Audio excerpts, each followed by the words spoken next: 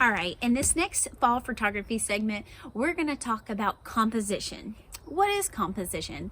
Composition is essentially the combination of background, foreground, and your subject. How all the objects and subjects within your photography frame are laid out, right? So when we consider composition, there's lots of things to consider.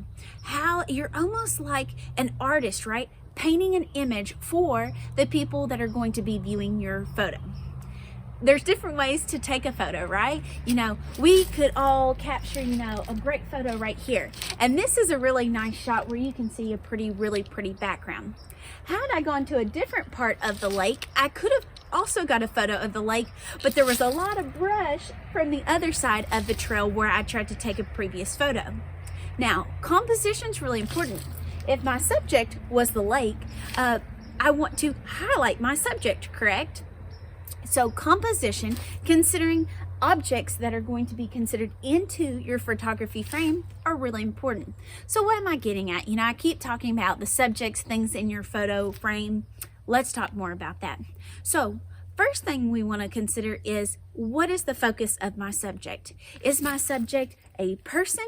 Is my subject a landscape? Is it an animal? Is it a texture? What is my subject? What kind of story am I trying to tell the viewer when they look at that photo? So first, I want to pay attention to my subject. Second, I may want to consider distractions that might be in the background, right? So if I've got a lot of jumbled mess that may detract the viewer's eye from the subject that I want them to see, then I may want to minimize those distractions, right? So if there's a lot of brush, or maybe there's a man-made object like this sign that was right here beside me that I do not want in my picture because it would be distracting, or my viewer's eyes may be looking there instead of where I want them to look at, then those are some things that, using my feet or using zoom, I can move and change the composition of my photo. Just moving one step over a different direction can change an entire composition of a photo by maybe allowing you to add extra detail. Maybe I wanted to pick up a certain color that was being reflected on the pond. Those are all things that add to the composition and view of a photo. Talking about reflection in that view, during today I was really trying to find somewhere that the view was really pretty, right? That my colors help add to my subject, my landscape. So I tried to find different angles where that was highlighted most. Colors can be another element of your photo that, considering, bright, pretty colors in the fall, that's some of the things that we might really look for as photographers, if we've got a background where, the leaves have kind of dropped more leaves, or the trees have dropped more leaves there and it's kind of dull or less pretty. If we've got the opportunity to take a photo where the leaves are really pretty, vibrant colors and they're very different, then as a photographer, we should think about the composition of that and what's going to give us that best photo. Other things to consider with composition is your focus, or how close you are to the subject, right? That makes a big difference. If my subject is those geese that are all the way out there in the middle of that pond, I may want to get closer to that subject. There are two ways that I can do that. I can use my zoom on my camera, and maybe that's manual or autofocus, or I can walk closer. Earlier, I walked to a closer location so that I could get a closer picture. That allowed me to not only get closer, but allow to focus on them more. Also, not stressing the megapixels in that image and breaking those down. The closer you can get to a subject is going to allow you to have a clearer image. It's always better to move those feet and get closer to a subject rather than having to move your lens finder, right? So you're going to get a much prettier, more clear focused photo the closer you can get. And then for final touches, you can always use that zoom finder to increase your focus. Next might be point of view, right? So there's several different angles that you can consider when you are photographing something. Those views might be a bird's eye view. That's what we refer to as someone looking down at the subject. So maybe you get on an elevated place like a bench or up in a tree and you're taking a photo down.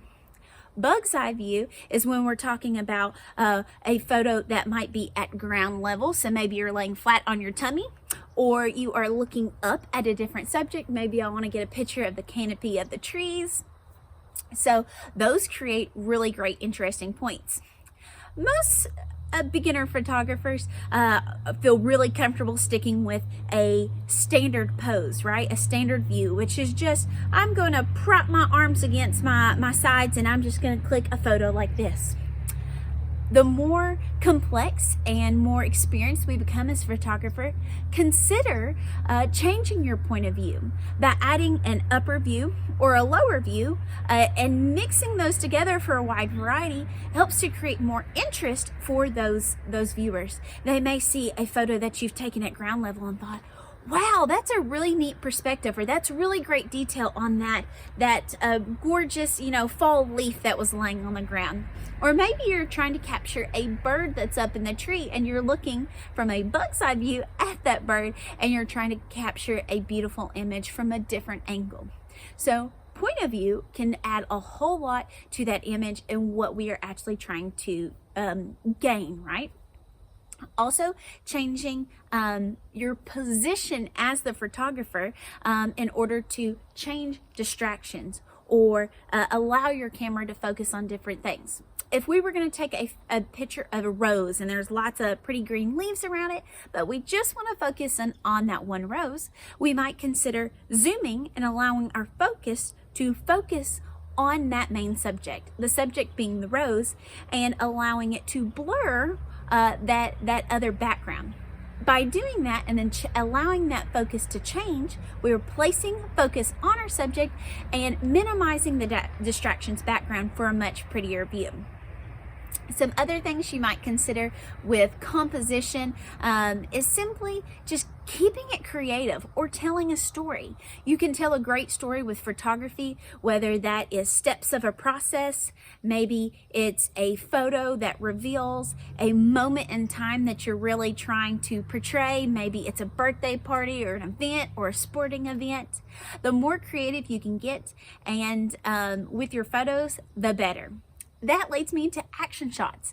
Action shots can typically be really complex and sometimes really hard to get, or shots of an animal.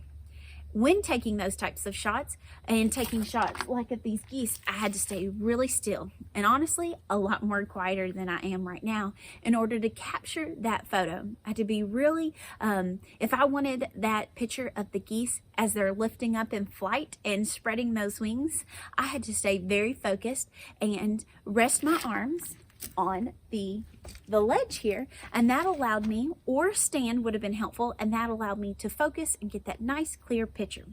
So when we're talking about composition, there's several things to keep in mind, such as point of view, paying attention to distractions, paying attention to your subjects and objects that you may or may not want in your picture.